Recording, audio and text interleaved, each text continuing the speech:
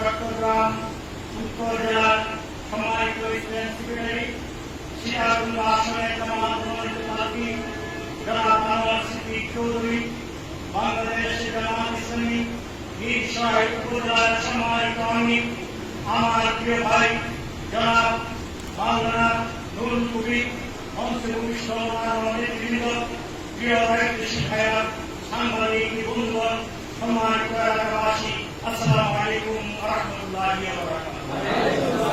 আপনাদের সবাইকে জানাচ্ছি পবিত্র ঈদ উল-আযহার শুভেচ্ছা, ঈদ মুবারক। আমরা একটি সুন্দর ঈদ সম্পন্ন করেছি। যে ঈদের মূল কি হলো কোরবানি করা।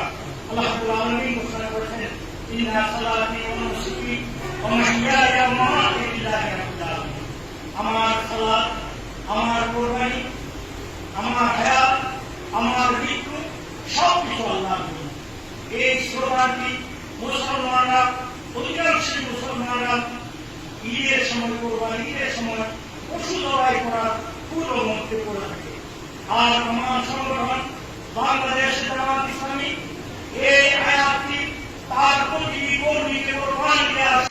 মুসলিম সমাজ বছরে একবার কোরবানি করে, আর জামাত ইসলামী তার কর্মী বাহিনীদেরকে প্রতিদিন, প্রতি মুহূর্তে, বছরের পর বছরে কোরবানি দিয়ে থাকে।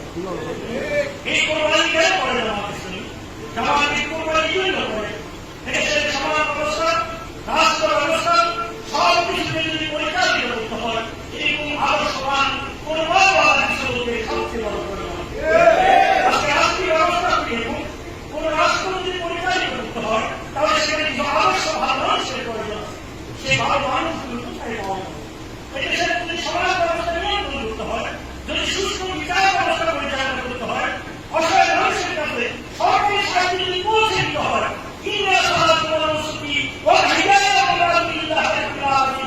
এই স্লোগান, এই আয়াত করে দেওয়া লোকদের মাধ্যমে সে সবচেয়ে বেশি সম্ভব।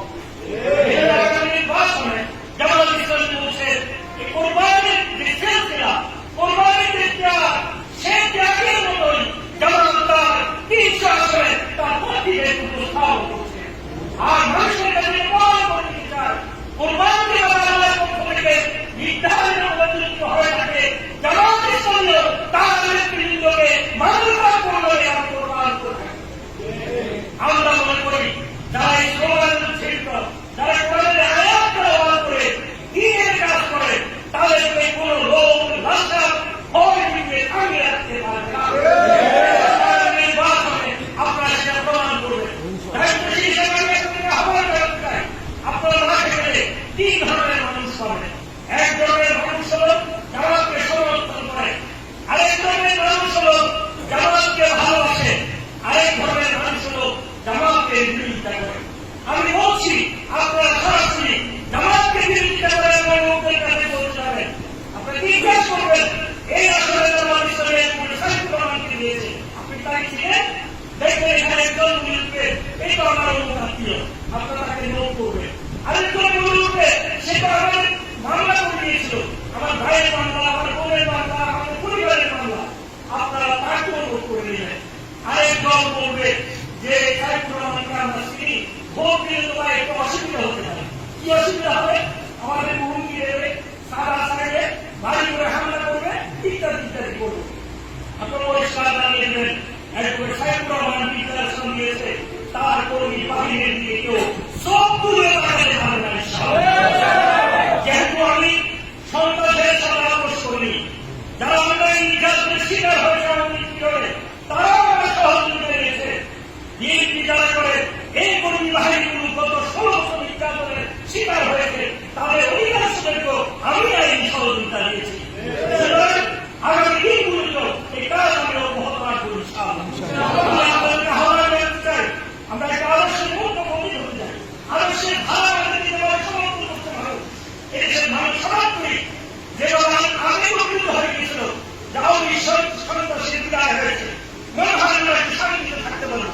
এখন লোকেরা বলছে আগে এখানে খাতা দিতে হয় 500 টাকা, এখন দিতে হয় সেখানে টাকা। আগে 1 টাকা দিতে হতো,